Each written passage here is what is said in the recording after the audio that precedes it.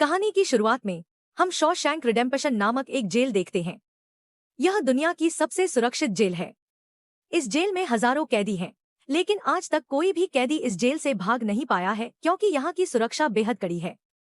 इस जेल में कुछ ऐसे कैदी भी हैं जिन्होंने अपना पूरा जीवन यहीं बिताया है, लेकिन उन्होंने कभी इस जेल से भागने का विचार भी नहीं किया क्योंकि भागने की कोशिश करने वाले कैदी को सीधे मौत की सजा दी जाती है। अब दृश्य यहाँ बदलता है और हमें अदालत में एंडी नाम के एक व्यक्ति को दिखाया जाता है, जो अमेरिका के एक बहुत बड़े बैंक में बैंकर है।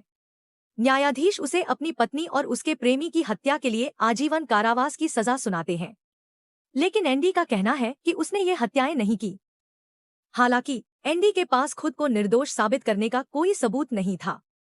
इसी कारण अदालत के न्यायाधीश एंडी को दुनिया की सबसे सुरक्षित जेल शॉशैंक रिडेम्पशन में आजीवन कारावास के लिए भेज देते हैं। एंडी के साथ कई अन्य कैदी भी हैं, और जब इन कैदियों को जेल के अंदर लाया जाता है तो पहले से ही अंदर मौजूद अन्य कैदी आपस में शर्त लगाते हैं कि नए कैदियों में से कौन रोएगा आज रात। और इसके लिए संगीत उन्होंने सिगरेट का एक पैकेट दांव पर लगाया। वे बाहर लाइन में खड़े नए कैदियों में से एक एक कैदी को चुनते हैं। फिर रेड नाम का एक कैदी एंडी पर दाव लगाता है क्योंकि उसे लगता है कि एंडी बहुत मासूम दिखता है और एक अमीर परिवार से आता है जिसने कभी कोई कठिनाई नहीं देखी है। इसलिए उसे लगता है कि आज रात एंडी ही सबसे पहले रोएगा। इसके बाद सभी कैदियों को एक लाइन में जेल के अंदर लाया जाता है और प्रत्येक को उसकी कोठरी में बंद कर दिया जाता है। कुछ समय बाद रात हो जाती है और फिर पुराने कैदी नए कैदियों पर चिल्लाने लगते हैं, जिससे उनमें से एक डरकर रोने लगता है। और ठीक यही होता है। नया कैदी फूट फूट कर रोने लगता है और कहता है कि वह घर जाना चाहता है। तभी पहरेदार आते हैं और उसे रोने से मना करते हैं, लेकिन जब वह आदमी रोना बंद नहीं करता तो पहरेदार उसे कोठरी से बाहर खींचकर इतनी बुरी तरह पीटते हैं कि वह बेहोश हो जाता है। दूसरी तरफ रेड एंडी पर लगाई शर्त हार जाता है। रेड को एहसास होता है कि एंडी बहुत मजबूत है क्योंकि इतना डरने के बाद भी उसने एक भी आवाज नहीं निकाली। इसलिए अगले दिन रेड अपने साथी को सिगरेट का एक डिब्बा देता है क्योंकि वह एंडी पर लगाई शर्त हार गया था। तभी हम एंडी को देखते हैं जो अकेला चुपचाप नाश्ता कर रहा है। फिर एंडी जेल के सबसे पुराने कैदी ब्रूक्स से मिलता है। ब्रूक्स इस जेल में लगभग 50 साल पूरे करने वाला है।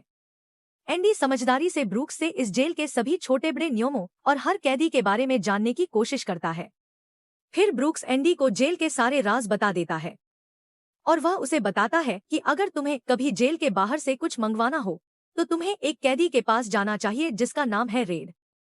यह सुनकर एंडी बिना देर किए सीधे रेड के पास जाता है और कहता है कि मैंने सुना है कि तुम बाहर से कुछ भी मंगवा सकते हो। तब रेड कहता है, हाँ मैं मंगवा सकता हूँ, लेकिन सिर्फ ऐसी चीजें जिनका इस्तेमाल यहाँ से भागने या किसी को मारने के लिए न किया जा सके। एंडी रेड से कहता है कि उसे एक हथौड़ा चाहिए। हथौड़ा शब्द सुनते ही रेड कहता है, तुम्हें हथौड़े की क्या जरूरत है? क्या तुम इससे किसी को मारने की योजना बना रहे हो? तब एंडी कहता है, नहीं, मैं किसी को नहीं मारूंगा। यहाँ मेरा कोई दुश्मन नहीं है। यह सुनकर रेड कहता है, यहाँ तुम्हारा कोई दुश्मन नहीं है, लेकिन जल्द ही कुछ लोग तुम्हारे दुश्मन बन जाएंगे। वह कुछ आदमियों की ओर इशारा करते हुए एंडी को चेतावनी देता है कि इन लोगों के इरादे तुम्हारे लिए बुरे हैं, इसलिए इनसे दूर रहना। अगले दिन एंडी के कहने पर रेड उसके लिए एक हथौड़ा मंगवाता है, और जब वह हथौड़ा देखता है तो रेड हंसने लगता है क्योंकि हथौड़ा आकार में बहुत छोटा होता है। और मन ही मन रेड सोचता है कि इस हथौड़े से जेल में सुरंग खोदने में 600 साल लग जाएंगे। उसके बाद ब्रूक्स के जरिए रेड हथौड़ा एंडी की कोठरी में पहुंचा देता है। संगीत दिन इसी तरह बीतते हैं, और एक दिन जब एंडी कपड़े धोने में काम कर रहा होता है तो वे 3 आदमी जो एंडी के प्रति बुरी मंशा रखने वाले लोग उसे जकड़ लेते हैं। एंडी उनसे खुद को छुड़ाने की कोशिश करता है, लेकिन वह अकेले 3 आदमियों को संभाल नहीं सकता। इसलिए तीनों पहले एंडी को बुरी तरह पीटते हैं और फिर उसके साथ दुर्व्यवहार करते हैं। यह सिलसिला इसी तरह चलता रहता है। वे हमेशा एंडी को पकड़ते हैं, फिर उसे पीटते हैं और उसके साथ दुर्व्यवहार करते हैं। इस तरह 2 साल बीत जाते हैं और घोषणा की जाती है कि छत की मरम्मत के लिए कुछ लोगों की आवश्यकता है। यहाँ कैदियों की एक टीम छत के काम के लिए तैयार हो जाती है, जिसमें रेड और एंडी भी शामिल हैं। वे सभी अपने काम में लग जाते हैं और छत पर उनकी निगरानी की जिम्मेदारी एक बहुत ही सख्त सुरक्षा गार्ड को दी जाती है जिसका नाम हेडली है। हेडली एक बहुत ही सख्त आदमी है जो छोटी सी गलती पर भी कैदियों को बुरी तरह पीटता है। जब सभी कैदी छत पर काम कर रहे होते हैं तो हेडली थोड़ा परेशान दिखता है और अपने सहकर्मियों से कहता है कि उसके भाई की हाल ही में मृत्यु हो गई है और उसके खाते में $30,000 पड़े हैं। अब मेरे अलावा इस दुनिया में मेरे भाई का कोई और नहीं है, इसलिए उस पैसे पर मेरा अधिकार है। लेकिन समस्या यह है कि जब मैं ये $30,000 अपने खाते में ट्रांसफर करूंगा तो सरकार इसमें से लगभग पूरी रकम टैक्स के रूप में ले लेगी। हेडली अपने सहकर्मियों से इस बारे में बात कर रहा था। एंडी ने सब कुछ सुन लिया। एंडी, जो एक बहुत बड़ा बैंकर था, जानता था कि सरकार को टैक्स दिए बिना वह पैसा कैसे निकाला जा सकता है। इसके बाद बिना सोचे समझे एंडी हेडली के पास गया और उससे बोला, क्या तुम्हें अपनी पत्नी पर भरोसा है? यह सुनकर हेडली गुस्से में आ गया और एंडी को पकड़कर छत के किनारे तक ले गया। लेकिन उसे नीचे फेंकने से पहले एंडी ने उससे कहा कि अगर तुम्हें अपनी पत्नी पर भरोसा है कि वह तुम्हें धोखा नहीं देगी, तो तुम आसानी से अपने भाई का पैसा अपनी पत्नी के खाते में ट्रांसफर कर सकते हो, और वह भी बिना टैक्स दिए। क्योंकि सरकार का नियम है कि कोई भी व्यक्ति अपने जीवनकाल में अपनी पत्नी को $60,000 तक का उपहार दे सकता है और उस पर कोई टैक्स नहीं लगता। एंडी ने यह भी कहा कि अगर तुम बाहर से वकील रखोगे तो वह तुमसे बहुत पैसे लेगा, लेकिन मैं यह काम तुम्हारे लिए मुफ्त में कर सकता हूँ। तब हेडली ने पूछा, बदले में तुम्हें क्या चाहिए? इस पर एंडी मुस्कुराता है और कहता है, मुझे कुछ नहीं चाहिए। जब तुम्हारा काम संगीत पूरा हो जाए तो बस मेरे सभी दोस्तों के लिए बियर खरीद देना। और अगले दिन सभी कैदी छत पर बैठकर बियर का आनंद ले रहे होते हैं। इसका मतलब है कि एंडी ने हेडली का काम कर दिया था। लेकिन एंडी बियर नहीं पीता। वह एक कोने में बैठकर सबको बियर पीते हुए खुशी से देखता है। एंडी के दोस्त भी उससे बहुत खुश हैं, क्योंकि जेल में बियर पीना लगभग नामुमकिन था। लेकिन एंडी की वजह से उनकी इच्छा पूरी हो गई। फिर इसी तरह समय बीतता है और एंडी और रेड की दोस्ती गहरी होती जाती है। कुछ दिनों बाद जेल के सभी कैदियों को एक फिल्म दिखाई जाती है और सभी लोग रीटा हवर्थ की फिल्म देख रहे होते हैं। तभी एंडी रेड के पास आता है और कहता है, मुझे रीटा हवर्थ का एक बड़ा पोस्टर चाहिए। एंडी रेड से पोस्टर मांगता है क्योंकि पूरी जेल में रेड ही अकेला ऐसा था जो बाहर से कुछ भी मंगवा सकता था। इसके बाद एंडी बाहर चला जाता है। लेकिन जैसे ही वह बाहर आता है, वही 3 आदमी वहां खड़े होते हैं जो एंडी के साथ बुरा बर्ताव करते थे। वे एंडी से कहते हैं, हमारे साथ चलो, लेकिन इस बार एंडी मना कर देता है। एंडी के मना करने पर वे उसे पकड़ लेते हैं और उसके साथ जबरदस्ती करने की कोशिश करते हैं। लेकिन एंडी उनका विरोध करता है। लेकिन वे 3 ही होते हैं। इसी वजह से उन्होंने एंडी को बुरी तरह पीटा। लेकिन आज वे एंडी का कुछ नहीं बिगाड़ सकते। फिर भी उन्होंने एंडी को इतना पीटा कि उसे 1 महीने तक अस्पताल में रहना पड़ा। और वह आदमी जिसने एंडी को 1 हफ्ते के लिए एकांत कारावास में डाल दिया जाता है। 1 हफ्ते बाद जब वह अपनी कोठरी में लौटता है तो वही अधिकारी वहां मौजूद होता है जिसकी $30,000 की कर राशि एंडी ने बचाई थी। किसी ने उस अधिकारी को बताया था कि उस आदमी ने एंडी को इतनी बुरी तरह पीटा था कि उसे 1 महीने तक अस्पताल में रहना पड़ा था। अब यहाँ वही अधिकारी उस आदमी को इतनी बेरहमी से पीटता है कि वह हमेशा के लिए लकवाग्रस्त हो जाता है। 1 महीने बाद जब एंडी अस्पताल से अपनी कोठरी में लौटता है तो उसे अपनी कोठरी में रीटा हेवर्थ का एक बड़ा पोस्टर मिलता है, जो वास्तव में रेड की ओर से स्वागत उपहार होता है। दिन इसी तरह बीतते हैं और एक दिन जेल वार्डन एक सुरक्षा गार्ड के साथ एंडी की कोठरी में आता है और उसकी तलाशी करवाता है। तलाशी के बाद जब वार्डन को कुछ नहीं मिलता तो उसकी नजर सामने लटके पोस्टर पर पड़ती है। वार्डन कहता है, आम तौर पर मैं कोठरियों में पोस्टर लगाने की अनुमति नहीं देता, लेकिन आप इसे अपनी कोठरी में रख सकते हैं। दरअसल तलाशी सिर्फ एक बहाना था। उस अधिकारी ने वार्डन को बताया था कि एंडी ने उसकी $30,000 की कर राशि कैसे बचाई थी। इसीलिए वार्डन अपने फायदे के लिए एंडी से मिलना चाहता था। एंडी के हाथ में बाइबल थी, जिसे उसने उठाया और उसे लेकर वह वहां से बाहर चला गया। लेकिन कुछ ही देर बाद थोड़ी दूर जाकर वह वापस आता है और एंडी की बाइबल, जो उसके हाथ में थी, लौटाते हुए कहता है, मुक्ति इसी में है। अगले दिन जेलर एंडी को अपने कार्यालय में बुलाता है और कहता है कि तुम्हारे जैसे बुद्धिमान व्यक्ति को जेल की सलाखों के पीछे नहीं होना चाहिए। इसलिए जेलर एंडी को पुस्तकालय का सहायक बना देता है। पुस्तकालय में वही बूढ़ा आदमी ब्रूक्स है जो कई वर्षों से उसका प्रबंधन कर रहा है। संगीत तभी जिस अधिकारी के लिए एंडी ने $100 बचाए थे, वह एक दूसरे अधिकारी को एंडी के पास लाता है। दरअसल उस अधिकारी को अपने टैक्स रिटर्न में कुछ समस्या थी, जिसे एंडी कुछ ही मिनटों में भर देता है। इसी वजह से एंडी पूरे जेल में चर्चा का विषय बन जाता है। जैसे जैसे साल बीतते हैं, एंडी का काम बढ़ता जाता है। इसी कारण एंडी को एक सहायक की आवश्यकता होती है और वह अपने सबसे अच्छे दोस्त रेड को अपना सहायक बना लेता है। एक दिन पुस्तकालय में ब्रूक्स बिना किसी कारण के एक कैदी के गले पर चाकू रखकर उसे जान से मारने की धमकी देता है। दरअसल सरकार ने उनकी सजा माफ कर दी है, लेकिन वे इस जेल से बाहर नहीं निकलना चाहते। आज उन्होंने इस जेल में पूरे 50 साल पूरे कर लिए हैं। उनका पूरा जीवन इसी जेल में बीता है और उन्होंने वह पूरी तरह से भूल चुका है कि बाहरी दुनिया कैसी है। यह जेल की दुनिया ही उसकी असली दुनिया है और वह सोचता है कि अगर वह किसी को मार डालेगा तो उसकी सजा बढ़ जाएगी और उसे इसी जेल में रखा जाएगा। एंडी द्वारा उसे समझाने के बाद ब्रूक्स उस आदमी को छोड़ देता है जिसकी गर्दन पर उसने चाकू रखा हुआ था। अब हालांकि वह नहीं चाहता, जब ब्रूक्स जेल से रिहा होकर बाहर आता है तो बाहरी दुनिया उसे बहुत अजीब लगती है। 50 सालों में बाहरी दुनिया की रफ्तार बहुत बढ़ गई है। जहां पहले सड़क पर एक कार दिखती थी, अब सड़कें कारों से भरी रहती हैं। कुछ दिनों बाद वह एक सुपरमार्केट में काम करने लगता है, लेकिन उसे बाहरी दुनिया में जरा भी आराम नहीं मिलता। उसे बार बार जेल की याद आती है और वह वापस वहीं जाना चाहता है। इसीलिए कभी कभी वह अपराध करने के बारे में सोचता है ताकि वह वापस इसी जेल में जा सके। लेकिन इस उम्र में ब्रूक्स कोई अपराध नहीं करना चाहता। इस भीड़ भाड़ भरी तेज रफ्तार जिंदगी में ब्रूक्स टिक नहीं पाता और अपनी जान गंवा देता है। मरने से पहले वह जेल में अपने दोस्तों को एक पत्र लिखता है। उसे पढ़ते हुए सभी बहुत भावुक हो जाते हैं। इसी बीच हमें जेल का दृश्य दिखाया जाता है जहां वार्डन एक नया कार्यक्रम शुरू करता है। इस कार्यक्रम में कैदियों को बाहर काम करने के लिए ले जाया जाएगा ताकि वे कड़ी मेहनत से पैसा कमाना सीख सकें। कैदी भी यह काम करने के लिए तैयार हो जाते हैं क्योंकि वे सभी ताजी हवा में सांस लेना चाहते हैं। इस तरह वार्डन इन कैदियों से काम करवाता है। इस परियोजना के माध्यम से वार्डन को कई ठेके मिलने लगते हैं क्योंकि जेल में काम करना बहुत सस्ता होता है।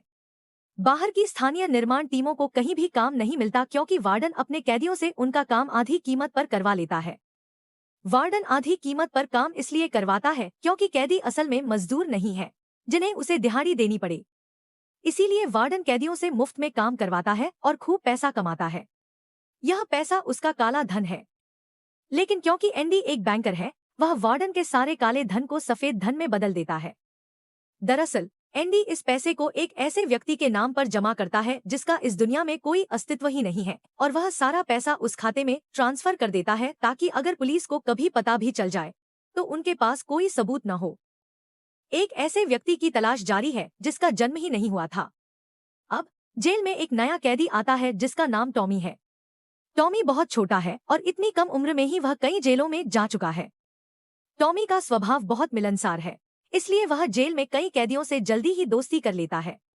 एक दिन खाने की मेज पर टॉमी सबको बताता है कि वह कई सालों से चोरी कर रहा है।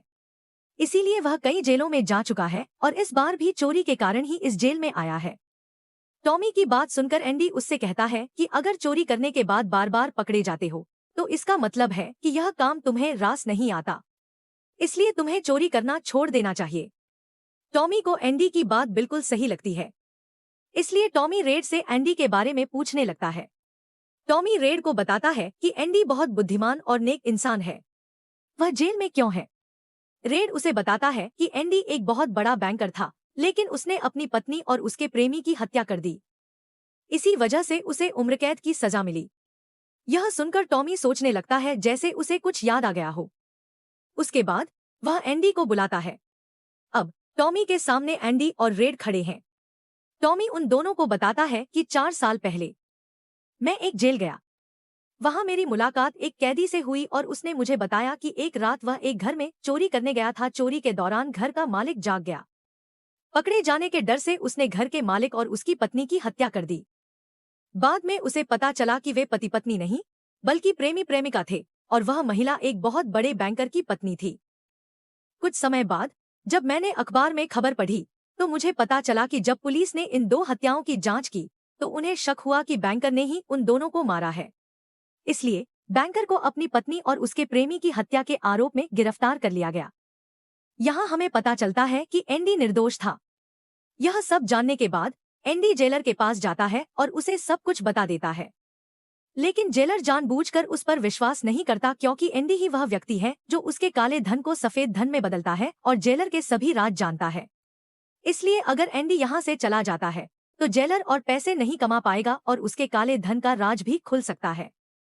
तो वह एंडी से कहता है कि यह झूठी कहानी है, मैं ऐसी कहानियां हर दिन सुनता हूँ। एंडी वार्डन से वादा करता है कि अगर मैं रिहा भी हो जाऊं तो भी मैं तुम्हारा साथ दूंगा। गुप्त। लेकिन वार्डन एंडी की एक भी बात नहीं सुनता। यह देखकर एंडी को बहुत गुस्सा आता है कि मैंने इस आदमी की इतनी मदद की, फिर भी आज निर्दोष होने के बावजूद वह मुझे बाहर नहीं निकलने दे रहा। इसलिए एंडी वार्डन पर चिल्लाता है। फिर वार्डन एंडी को 1 महीने के लिए एकांत कारावास में डाल देता है। उसके बाद वह सीधे टॉमी के पास जाता है और उससे पूछता है कि क्या तुमने एंडी को जो कुछ भी बताया वह सच है। टॉमी कहता है हाँ बिल्कुल सच है। उसके बाद वह टॉमी से पूछता है अगर तुम्हें अदालत में बुलाया जाए तो क्या तुम इसकी गवाही दे सकते हो। टॉमी कहता है हाँ मैं इसके लिए तैयार हूँ। यह सुनते ही वार्डन ऊपर गार्ड को इशारा करता है और गार्ड टॉमी को गोली मार देता है। उसके बाद वार्डन एंडी के पास जाता है और उसे बताता है कि टॉमी ने भागने की कोशिश की थी, इसलिए उसे गोली मार दी गई। लेकिन एंडी समझता है कि टॉमी को क्यों मारा गया और मन ही मन वह वार्डन को बहुत ही नीच आदमी समझता है। एंडी ने जेलर से कहा कि आज से मैं तुम्हारा काम कभी नहीं करूंगा। तब जेलर ने कहा तुम्हें मेरा काम करना ही होगा, नहीं तो मैं इस जेल को तुम्हारे लिए नरक बना दूंगा। यह कहते हुए जेलर ने सुरक्षा गार्ड को आदेश दिया कि उसे 1 महीने और एकांत कारावास में रखा जाए। वह एक भयानक जगह थी जहां कैदी को पूरे 1 महीने तक घोर अंधेरे में रहना पड़ता था। एंडी पहले ही 1 महीना एकांत कारावास में बिता चुका था, लेकिन अब उसे उसी छोटे अंधेरे कमरे में 1 और महीना बिताना होगा। बाहर पूरी जेल में यह खबर फैल गई कि एंडी एक ऐसे अपराध के लिए सजा काट रहा है जो उसने कभी किया ही नहीं। जेल के सभी कैदी एंडी के लिए बहुत दुखी थे। अब पूरे 2 महीने एकांत कारावास में बिताने के बाद जब एंडी बाहर आया तो रेड उसके पास आया। एंडी ने रेड से पूछा क्या तुम कभी इस जेल से बाहर निकल पाओगे। रेड ने कहा हाँ, लेकिन तभी जब मैं बहुत बूढ़ा हो जाऊंगा और मेरा दिमाग काम करना बंद कर देगा। एंडी ने कहा मैं यहाँ से निकलकर मेक्सिको जा रहा हूँ। मेक्सिको में समुद्र के किनारे एक बहुत ही खूबसूरत जगह है। कहते हैं कि वहाँ इंसान खो जाता है। मैं वहाँ एक रेस्टोरेंट खोलूंगा। मैं किनारे पर अपनी नाव ठीक करूंगा और वहां मुझे एक ऐसे साधन संपन्न व्यक्ति की जरूरत होगी जो मेरे लिए बाहर से सामान ला सके। वह वास्तव में रेड की ओर इशारा कर रहा था। यह सुनकर रेड कहता है आशा बहुत खतरनाक चीज है, यह इंसान को पागल कर सकती है। आपको वास्तविक दुनिया में वापस आना होगा। मेक्सिको यहाँ से बहुत दूर है। यह कहकर रेड जाने लगता है, लेकिन जाने से पहले एंडी रेड से कहता है वादा करो कि अगर तुम कभी यहाँ से रिहा हुए तो मेरे लिए कुछ करोगे। रेड कहता है जी हाँ मैं जरूर करूंगा। फिर एंडी रेड को एक पता देता है और कहता है जब भी तुम यहाँ से बाहर आओ उस जगह जाना जहाँ एक बड़े मैदान के बीचों बीच एक सुंदर पेड़ है। उसी पेड़ के नीचे मैंने अपनी पत्नी को शादी का प्रस्ताव दिया था। वह रेड को बताता है कि उस पेड़ के नीचे एक दीवार के अंदर तुम्हें एक काला पत्थर मिलेगा और उसके नीचे मैंने एक बक्सा छिपा रखा है, और जब भी तुम रिहा हो जाओ वहां जाना और उस पत्थर के नीचे उस बक्से को देखना और पता लगाना कि उसके अंदर क्या है। यह कहकर एंडी वहां से निकलकर सीधे वार्डन के पास जाता है। वह वार्डन का काम निपटाता है और अपने सारे दस्तावेज एक खास तिजोरी में रख देता है। दस्तावेज रखने के बाद वार्डन एंडी को उसके कपड़े देता है। वह एंडी से कहता है मेरे कपड़ों को प्रेस कर देना और मेरे जूतों को शीशे की तरह चमका देना। इसके बाद एंडी अपनी कोठरी में लौट जाता है। इसी बीच दूसरी तरफ रेड आज रात बहुत चिंतित है क्योंकि उसे डर है कि एंडी खुद को चोट पहुंचा सकता है। इस तरह रात बीत जाती है और सुबह हो जाती है। सुबह होते ही सभी कैदी अपनी कोठरियों में चले जाते हैं। दरवाजे खुलते हैं और सब लोग बाहर आ जाते हैं, लेकिन एंडी अपनी कोठरी से बाहर नहीं आता। पिछले 20 सालों में यह पहली बार था कि कोई कैदी सुबह अपनी कोठरी से बाहर नहीं आया।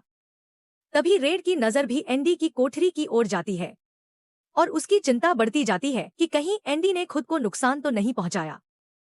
तभी एक गार्ड गुस्से में एंडी की कोठरी की ओर बढ़ता है, लेकिन जब वह वहां पहुंचकर देखता है तो उसकी आंखें हैरानी से फटी रह जाती हैं क्योंकि कोठरी के अंदर कोई नहीं था। एंडी वहां से भाग गया था। अब हम वार्डन को देखते हैं जो अपने जूते पहनने के लिए निकालता है। लेकिन उस डिब्बे में उसके जूतों की जगह एंडी के पुराने जूते हैं।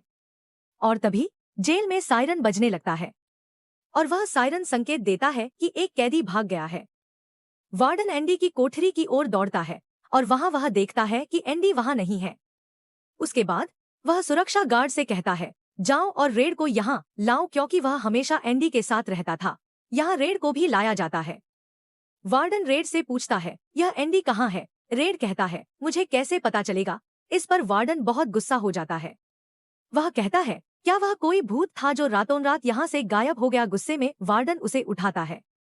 वहां पड़े पत्थरों को उठाकर एंडी पहरेदारों और रेड पर फेंकने लगता है। वह दीवार पर टंगे पोस्टर पर भी एक पत्थर फेंकता है, लेकिन पत्थर टकराकर नीचे नहीं गिरता। इसके बजाय वह सीधे पोस्टर के आर पार चला जाता है। जब वार्डन अपना हाथ उसके अंदर डालता है तो वह देखता है कि एंडी ने वहां एक बड़ी सुरंग बना रखी थी, जिसे देखकर सभी चौंक जाते हैं, क्योंकि वह दीवार बहुत मजबूत थी। बिना मशीन के उस दीवार में सुरंग बनाना लगभग असंभव था। लेकिन एंडी ने असंभव को संभव कर दिखाया और वहां से भाग निकला। इसके बाद सभी पहरेदार उस जगह जाते हैं जहां से एंडी निकला था। वहां उन्हें एंडी के पुराने कपड़े और वह हथौड़ा मिलता है जो एंडी ने संगीत 20 साल पहले रेड से लाने को कहा था। यही वह हथौड़ा था जिसका इस्तेमाल एंडी पिछले 20 सालों से अपनी कोठरी की दीवार में सुरंग खोदने के लिए कर रहा था। 20 सालों तक एंडी ने यह काम इतनी सावधानी से किया कि किसी को पता भी नहीं चला। इसके साथ ही दीवार से जो भी मिट्टी निकलती थी वह उसे अपनी जेब में रखता था और आंगन में बिखेर देता था। पिछली बार जब एंडी वार्डन के लिए काम करता था, उसने वार्डन के काले धन से जुड़े सभी दस्तावेज अपने पास रखे थे और उसके पास जो बाइबल थी वह भी उसने अपने पास रखी थी। ने बड़ी चालाकी से उसे वार्डन के तिजोरी में ठीक उसके सामने रख दिया, इस तरह कि लगे कि वह बाइबल नहीं बल्कि उसके दस्तावेज हैं। साथ ही वार्डन द्वारा इस्त्री करने के लिए दिए गए कपड़े भी। एंडी ने पहले वार्डन के कपड़े पहने, फिर उनके ऊपर अपने पुराने कपड़े और वार्डन द्वारा दिए गए जूते पहन लिए ताकि वे शीशे की तरह चमके। एंडी ने उन्हें पहना और बाहर निकल गया। रात में जैसे ही सारी बत्तियां बुझ गईं, एंडी अपनी कोठरी में बनाई सुरंग से रेंगकर बाहर निकला। उसके बाद उसने एक सीवर पाइप तोड़ा और उस संकरे सीवर पाइप से रेंगकर उस जेल से भाग निकला जिससे पहले कोई नहीं भागा था। हालांकि जिस सीवर पाइप से रेंगकर एंडी बाहर निकला वह लगभग 2 किलोमीटर लंबा था। अगली सुबह एंडी उस बैंक में गया जहां वार्डन का सारा काला धन रखा था। यह पैसा एक ऐसे व्यक्ति के नाम पर था जिसका इस दुनिया में कोई अस्तित्व ही नहीं था। यह सारी दस्तावेज योजना एंडी ने खुद बनाई थी और बैंक में उस खाते के मालिक के हस्ताक्षर एंडी ने जेल के अंदर से ही किए थे। इसलिए एंडी को वार्डन का सारा पैसा निकालने में कोई परेशानी नहीं हुई। एंडी के पास उस आदमी के नाम के सारे दस्तावेज थे, इसलिए एंडी बैंक गया और सारा पैसा निकाल लिया। पैसा, और वो पैसा $370,000 है। इसका मतलब है कि एंडी न सिर्फ आजाद हुआ बल्कि पैसों से मालामाल भी हो गया। और यहाँ हमें पता चलता है कि जिस दिन से एंडी जेल में दाखिल हुआ था उसी दिन से वो इन सब की योजना बना रहा था। जेलर ने एंडी के साथ जेल में बहुत बुरा बर्ताव किया था और उसने टॉमी को भी मार डाला था। इसलिए वो जेलर के काले धन का सबूत मीडिया को दे देता है। अगली सुबह यह खबर अखबार में छपती है और जब जेलर तिजोरी खोलकर अंदर देखता है तो वहां उसके दस्तावेज नहीं बल्कि एक बाइबल होती है। बाइबल के पहले पन्ने पर एंडी ने लिखा था कि तुम सही थे, मुक्ति इसी में है। और जब जेलर पन्ना पलटता है तो उसे वहां हथौड़े का निशान दिखता है। दरअसल एंडी ने बाइबल के पन्नों को हथौड़े के आकार में काटकर एक सांचा बनाया था। उसके अंदर वो अपना हथौड़ा छिपाता था। और 20 साल पहले जब जेलर पहली बार एंडी की कोठरी में गया और उसके हाथों से बाइबल लेकर उसे वापस कर दी, उस समय भी हथौड़ा उस बाइबल के अंदर ही था। यह देखकर जेलर को गहरा सदमा लगा। दूसरी ओर जेलर के काले धन की खबर पूरे शहर में फैल चुकी थी। इसलिए जेल के बाहर रिपोर्टर और पुलिस वार्डन को गिरफ्तार करने आ रहे थे। पुलिस के उसे गिरफ्तार करने से पहले ही वार्डन ने खुद को गोली मार ली। कुछ समय बाद एंडी के दोस्त रेड की सजा भी माफ हो गई और सरकार ने उसे नौकरी भी दे दी। लेकिन बाहरी दुनिया में रेड का दिल बिल्कुल भी शांत नहीं था क्योंकि उसने अपने जीवन के 40 साल जेल में बिताए थे। रेड उसी कमरे में रहता था जहां ब्रूक्स रहता था और रेड भी अपनी जान देना चाहता था। लेकिन तभी उसे एंडी से किया वादा याद आया। इसके बाद वह कार से उस जगह के लिए निकल पड़ा और उस बड़े घास के मैदान में गया जहां एक बहुत बड़ा पेड़ था। वहां पत्थरों की एक दीवार भी थी। उस दीवार पर एक काला पत्थर था और जब उसने उसे उठाया तो उसके नीचे एक बक्सा था। उस बक्से में कुछ पैसे और एक पत्र था। वह पत्र एंडी का था। उस पत्र में लिखा था कि एंडी उसी जगह पर रेड का इंतजार कर रहा है जिसके बारे में एंडी ने रेड को जेल में बताया था। आगे इसमें एंडी ने लिखा था कि आशा, संगीत एक अच्छी चीज है। इसके बाद रेड उस जगह पहुंचता है और जब वह समुद्र तट पर जाता है तो वह एंडी को नाव में बैठकर मरम्मत करते हुए देखता है। यह जगह, यह सब एंडी का सपना है जो उसने जेल में रेड के साथ साझा किया था और रेड ने कहा था कि आशा अच्छी बात नहीं है। इसके बाद दोनों एक दूसरे को गले लगाते हैं और इसी के साथ कहानी समाप्त होती है। अगर आपको यह वीडियो पसंद आया तो कृपया हमारे चैनल को सब्सक्राइब करें और लाइक करना न भूलें।